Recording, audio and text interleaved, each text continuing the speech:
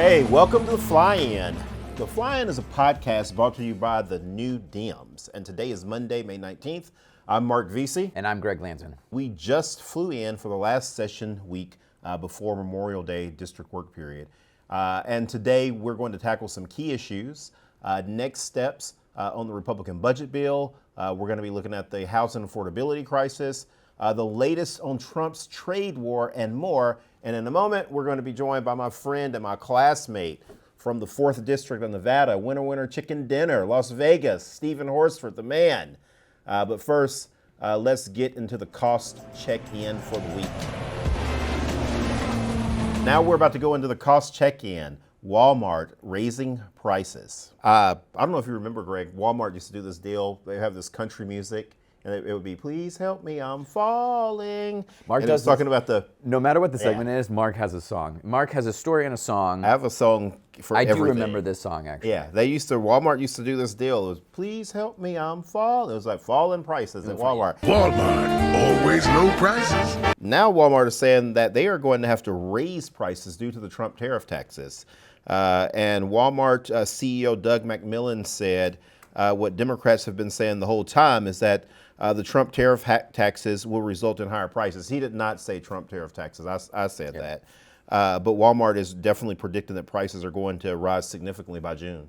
Yeah, and then Trump said you got to eat the tariff tax essentially to Walmart, and he's saying this across the board. Like, he knows that prices are about to go up big time. That it is the biggest tax on Americans, potentially sales tax, potentially ever, and it's pure chaos. And what he wants these companies to do is, quote unquote, eat the costs, which is not going to happen. I mean, these companies are going to turn around, as Walmart is saying, and raise prices across the board on everything. Yeah, and it's going to hurt people that are already struggling. And that's not how business works, right? And maybe that's why he lost so much money, and maybe that's why he has had so many business failures, is because you don't just eat the cost. The cost in the American business and American capitalism and the way that works is that those things have to be passed on to consumers. It's not just funny money. It doesn't just grow on trees, right? I think we're about to enter the phase of the trade war where people are going to say, I'm seeing prices go up. Yeah. And I don't like this. I didn't like the chaos of it, and now it is crushing my bank account. Yeah. I'm very excited to introduce my good friend Stephen Horsford from Nevada's 4th Congressional District. And let me just be 100% transparent on this. Stephen and I are good friends, and our families are friends. Our kids know each other.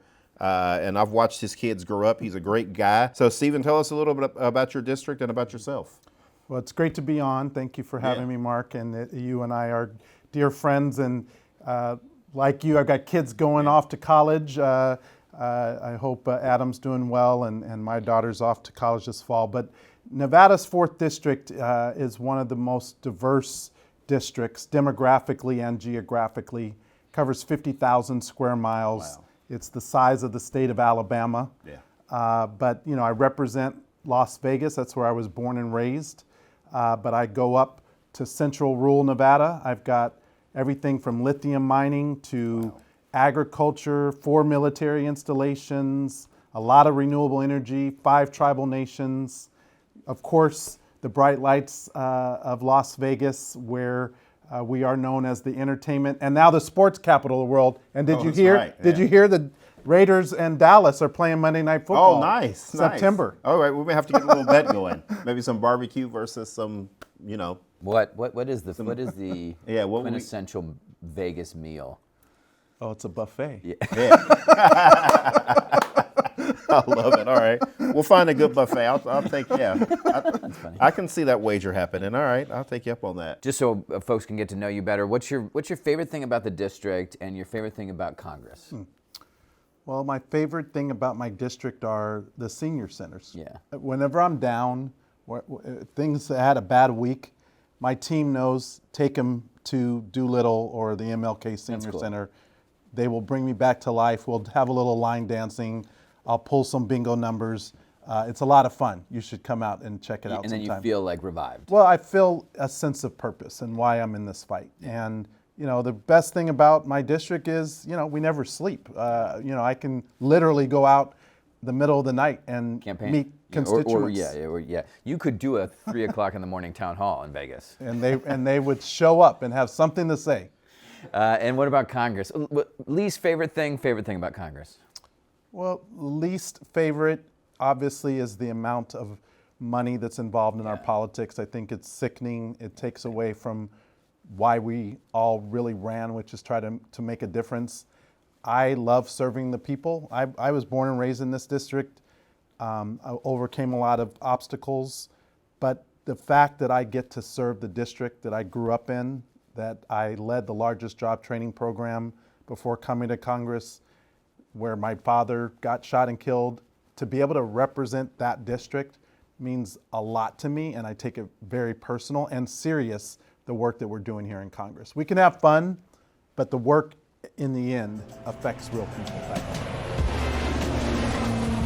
All right, let's jump into 3 big things. The 3 big things this week. One is the budget. It's obviously a problematic budget in that it provides tax giveaways to billionaires and big corporations at the expense of working people. Number 2, the tariff roller coaster. And then 3, housing issues, the crisis, and work that you're doing. And Stephen, just touch on very briefly ways and means, because people hear these energy and commerce ways and means. We all know what they mean in D.C., but back at home, people don't understand necessarily what ways and means is and does. So just touch on that briefly and what y'all's role was in this whole process. Yeah, well, our committee deals with tax, trade, public health care issues. We had 17 hours of markup, which means we were in committee for about over 17 hours. Yeah. We, as Democrats, led 38 amendments. I was proud to lead the amendment dealing with extending permanently the Affordable Care Act tax credits. We're going to give billionaires tax breaks. Why not give those tax breaks to moms and dads trying to afford health care for themselves and their family? We had other amendments, my colleagues and I. Not one of the amendments was accepted by our Republican colleagues, including one to tax billionaires making $1 billion or more. They wouldn't even accept that as a concession to their, I call it the Screw America bill, because not only is it cutting health care for 13.7 million Americans, it's adding $4 trillion to the debt. Wow. And all to give tax breaks, permanent tax breaks, to billionaires and to big corporations, not to moms and dads, not to small businesses, not to average working people, but to those who don't even pay their fair share now. Moody's downgraded the U.S. credit rating because of this growing deficit, which means that borrowing money is going to cost even more. It's going to be more expensive for taxpayers. Can you talk a little bit about that piece and how you think it'll play out this week with the Republicans? Will it move Republicans? Sadly, no, because I think they've capitulated to Donald Trump and Elon Musk. They've decided that whatever they want, they're going to roll over and vote for, despite the chaos, the cruelty, and even the corruption that's embedded within this bill.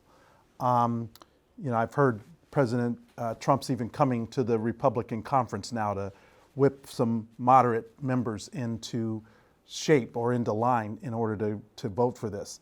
But the thing is, it doesn't have to be like this. Like, New Dems, we stand on being for economic opportunity, right? Yeah. President Trump and the Republicans in Congress are causing economic uncertainty, instability.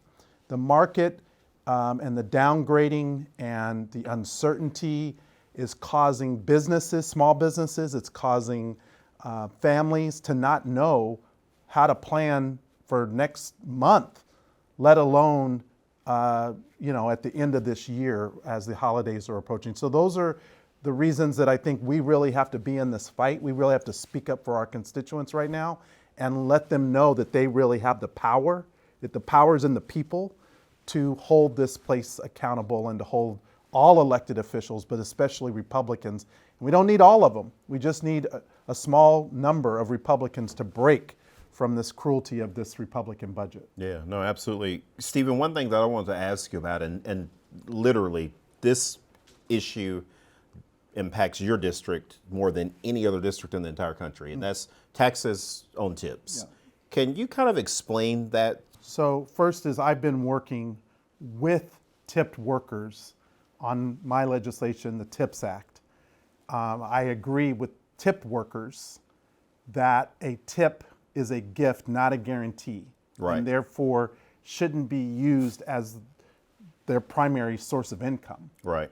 And sadly, in America, we've got 6 million tipped workers that make as little as $2.13 an hour. Wow. Only 6 states pay tip workers at or above the federal minimum wage. 6 million workers, 70% of them are women. So there's the Donald Trump concept of a plan. He campaigned on this. And then there's actual legislation. The legislation would allow tip workers to keep more of their hard-earned money. Mm-hmm. But how you do that matters. For example, you want them to still contribute into Social Security. Right. So that they have that when they retire. Right. His concept didn't do that. Yeah. We want to define what a tip worker is so that only those workers that fall into this category can receive that type of benefit. His legislation didn't do that. We want to prevent hedge funds from not being able to give a gift as an inheritance and call it a tip to avoid tax. Right.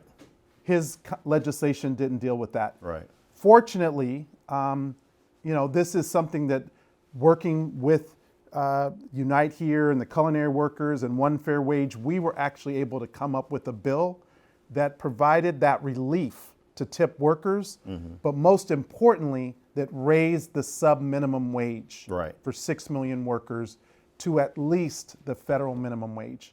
That's not included in the Republican rip-off of a bill.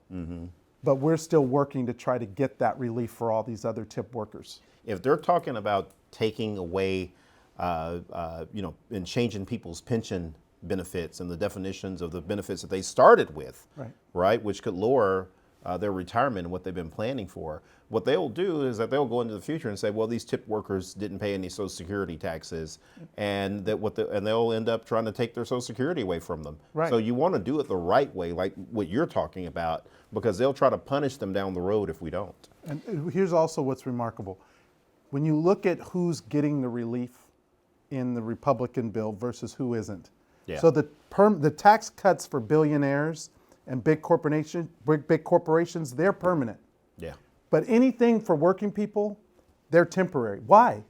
Why give all the benefit to the very wealthy, to the top 1%, and make everything else? If you get maybe $1,000 of tax relief under their bill, you're paying more in cost because of the tariffs. Right. You're going to pay more in cost because the healthcare premium tax isn't extended. Yep. You're going to pay more because housing is going up, not going down. There's only one small provision in their bill dealing with housing. I raised this issue during the debate, and they couldn't even explain why they weren't doing anything to bring down the cost of housing. And this is what Donald Trump promised he was going to focus on when he came in. But he's been here now more than 100 days. Not only have costs not come down, his actions are causing costs to go up. Yeah. Which takes us to the tariff situation, and it's been a roller coaster, which has driven not just higher prices, but uncertainty. The president has changed the tariff plan 50 times now, 50 times. And that level of uncertainty is wreaking havoc on the economy, including tourism. So, Stephen, just tell us why this is a problem, nationally, but in particular for Vegas. Well, across the board, when there's so much uncertainty, Greg, you called it a plan. Unfortunately, Donald Trump doesn't have a plan. He doesn't have a strategy when it comes to these tariffs. Tariffs, when used appropriately, could be used as a tool strategically against one foreign country in order to protect U.S. workers, U.S. business. But he's gone about it recklessly, applying it across the board globally, and that's created nothing but uncertainty. So in places like Las Vegas, we've already seen a decline of international travel by 20% since the beginning of this year. 20%. A third of our international travelers are from Canada. They're down 17%. If this continues, we're going to see layoffs. You're going to see impacts to small businesses. And it's bad not only for places like Las Vegas, but we're about to host the World Cup. We've got the Olympics coming up, the 250th anniversary of our nation's founding. All of these things should be things that attract international travelers. International travelers stay longer, they spend more money, they don't just go to the casinos, they actually get outdoors and do other things that also grow our outdoor tourism recreation economy, I should say. And he's disrupting all of that. You mentioned that tourism has dropped 20%. New housing developments dropped 12% in April compared to last year. This is obviously in large part because of the tariffs. The cost of building housing has gone up. You have a plan. You have several bills on this. This is something you care deeply about. Can you talk about what Congress should be doing? Well, one of the reasons that the tariffs are impacting housing, what do we need to build? You need housing materials, including lumber, steel, aluminum. And most of those materials come from places like Canada and Mexico. And he's disrupting our supply of those materials, which is also driving up the cost. We have an issue where corporate hedge funds now own a third, 1 out of 3 homes in parts of my congressional district. One of those corporate hedge funds is the largest residential property owner in Clark County. And to be clear, I'm not against investment. I believe in bringing investment. I agree with incentives for development of housing. But when you have these companies coming in paying cash, they're pricing out veterans using their VA benefit. They're pricing out first-time home buyers. They're pricing out a family that owns a home that's trying to get a slightly larger home. On top of that, even when they provide these units for rent, they're charging higher than market rent prices. They foreclose at higher rates and they don't maintain their properties at the same level, which lowers the value for everybody else. So I have proposed a 3-phased plan addressing this crisis. Number one is let's hold these corporate hedge funds accountable. I'm not saying eliminate all investment. I'm saying let's address the market manipulation and the targeting, because what's happening, they're not buying up these homes in the suburbs of our valley. They're buying them up in working class neighborhoods. Number two is 80% of the land in Southern Nevada is federally managed land by the Bureau of Land Management. I have a proposal to expand the term public use to include housing, affordable housing.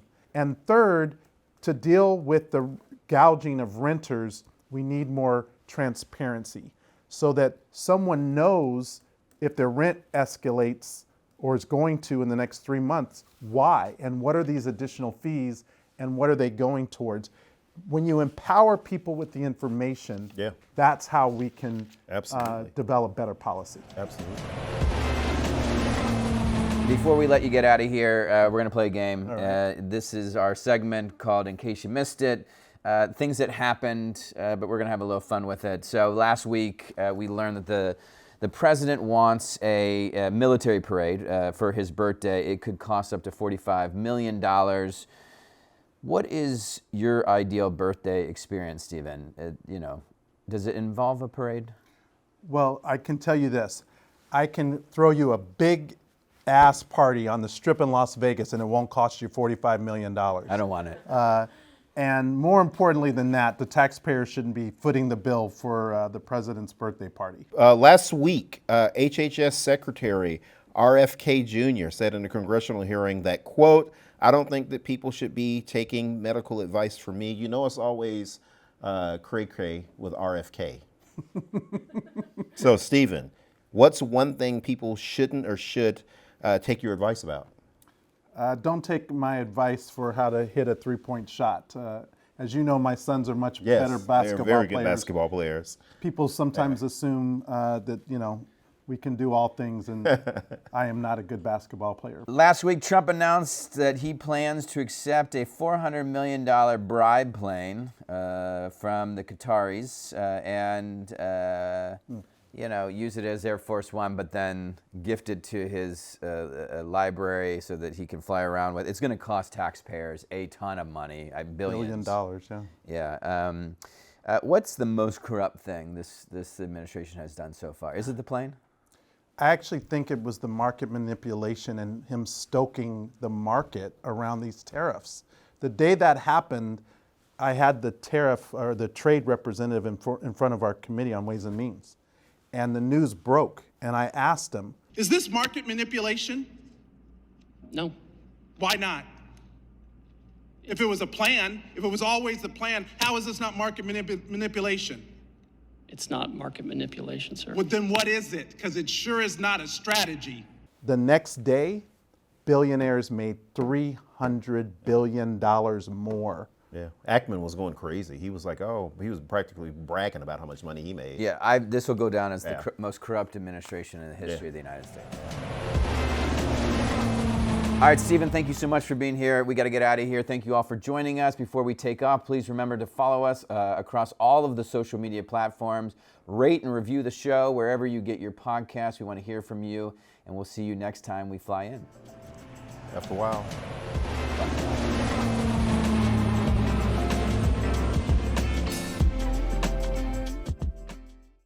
What is the amount you spend on somebody for their birthday? You know, $20, $200?